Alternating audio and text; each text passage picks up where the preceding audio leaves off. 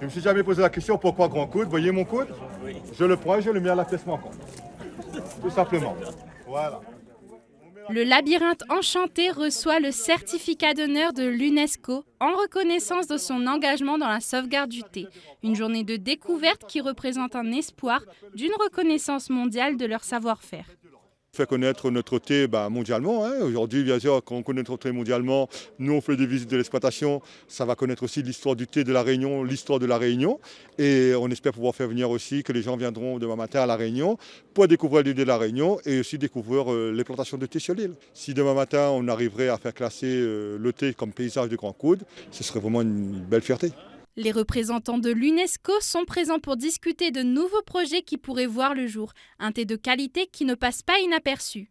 À la dernière journée internationale du thé, des experts chinois ont notamment reconnu en tout cas que le thé était de très belle qualité, autant gustativement que visuellement, et le travail qui avait pu être fait sur ces feuilles de thé.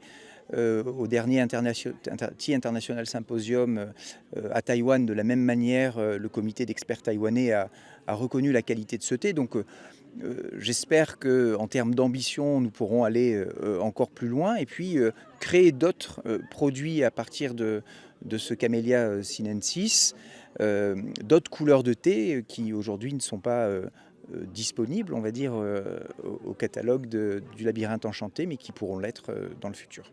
L'inscription au patrimoine mondial de l'UNESCO ne se fait pas en un jour. Un long processus est mis en place pour examiner sa valeur. L'île est déjà très présente au patrimoine mondial et il y a de quoi, c'est bien mérité. Alors le thé, c'est un long processus, le classement.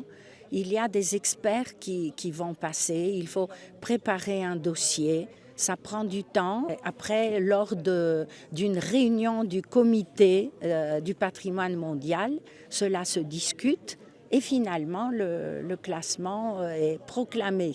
Mais bon, il faut surtout suivre le processus et on espère que cela va aboutir.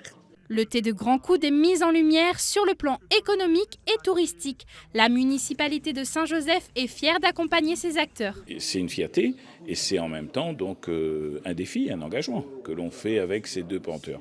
Moi, en tant que maire, je suis content parce que là, c'est pas une démarche communale, c'est pas institutionnel. Nous, on accompagne, mais c'est vraiment les acteurs économiques qui ont réveillé un projet et surtout qui n'ont pas voulu assumer comme un échec le fait qu'il n'y ait plus la culture de thé sur le plan agricultural à La Réunion.